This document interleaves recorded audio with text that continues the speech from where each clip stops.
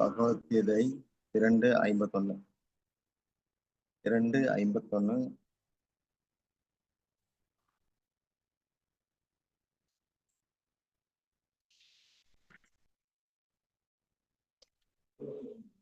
யதாதே மோக கலிலம் புத்திஹி தரிஷ்யதி ததா கந்தாசி நிர்வேதம் ஸ்ரோதவ்யஸ்ய சித்தஸ்ய ச.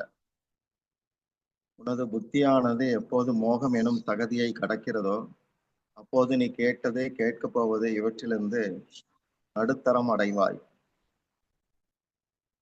மோக கலிலம் என்பது குழம்பி கிடக்கும் மனதை குறிக்கும். தகதி போன்றது அது. அதில் நடமாட முடியாது. இத்தகைய குழப்பங்கள் பல விஷயங்களை கேட்பதால் உண்டாகும். ஒவ்வொருவரும் ஒவ்வொரு கருத்தில் இருப்பார்கள். அவர்களது சகவாசத்தால் பல மலர் சொற்களாலும் ஒருவன் தனது சுய வாழ்வில் குழம்பி போகிறான். பல நல்ல கருத்துக்கள் அவன் மனதில் தோன்றும், ஆனால் முடிவெடுக்க முடியாது. ஸ்ரோதவ்யம் என்றால் கேட்கப் போவது, சிரதம் என்றால் கேட்டது. செயல் பலனிலான சுகபோகங்கள் பற்றி கேட்டுத்தான் நாம் தெரிந்து வைத்திருக்கிறோம். மனம் தெளிவு பெற்றவன் இவைகளில் ஈடுபாடு காட்டுவதில்லை என்கிறார் கிருஷ்ணர். மோகம் என்பது எனது எனும் பாவனையிலிருந்து வருகிறது. ஒருவன் வீடு தீப்பிடித்து எரிவதாக கேள்விப்பட்டதும் ஐயோ வீடு போச்சே எல்லாம் போச்சே என ஓடி வருவான், கதறுவான். அப்போது அருகில் உள்ளவர்கள் உன் மகன் இந்த வீட்டை 2 மாதம் முன்னாடி வேறு ஒருவனுக்கு விற்றுவிட்டான் தெரியாதா என்று சொல்லவும் அழுதவன் உடனே அழுகை நிறுத்தி விடுவான். நல்ல வேளை தப்பித்தோம் என நினைப்பான். கண்ணீர் தானாக நின்றுவிடும்.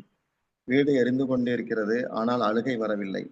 எனது எனும் பாவனை உணர்வு இப்போது அங்கு இல்லை. எனதிலிருந்து மோகம் உண்டாகிறது என்பதற்கு இது ஒரு உதாரணம். பெருகிய கண்ணீர் வீடு எரிவதால் வரவில்லை, எனது என்பதால் வந்தது. அதுவே மோகம்.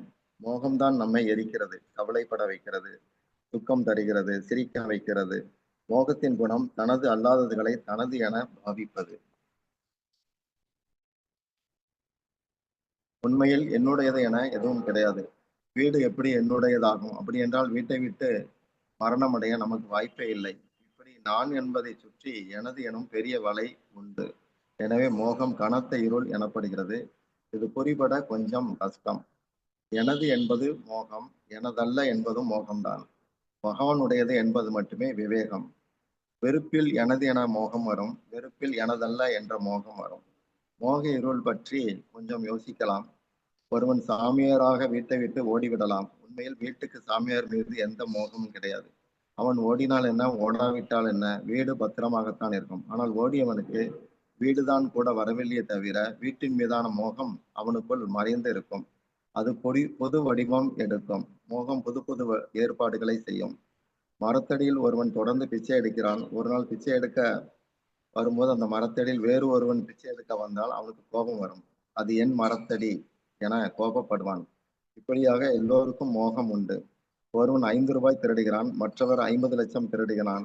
ரெண்டுமே திருட்டுதான். பெரிய திருடனுக்கு பெரிய தண்டனையை நீதிமன்றம் தரும். திருட்டை பற்றி நீதிமன்றத்துக்கு கவலை கிடையாது. பெரிய பணம் அதற்கேற்ப தண்டனை. ஆனால் தர்மத்தின் பார்வையில் இரண்டுமே சம திருட்டு என்கிறார் கிருஷ்ணர். தர்மம் குணத்தை சார்ந்தது, நீதியோ பொருளை சார்ந்தது. அதனால்தான் நீதிகள் பெரும்பாலும் தர்மத்தை அனுசரித்து இருக்காது.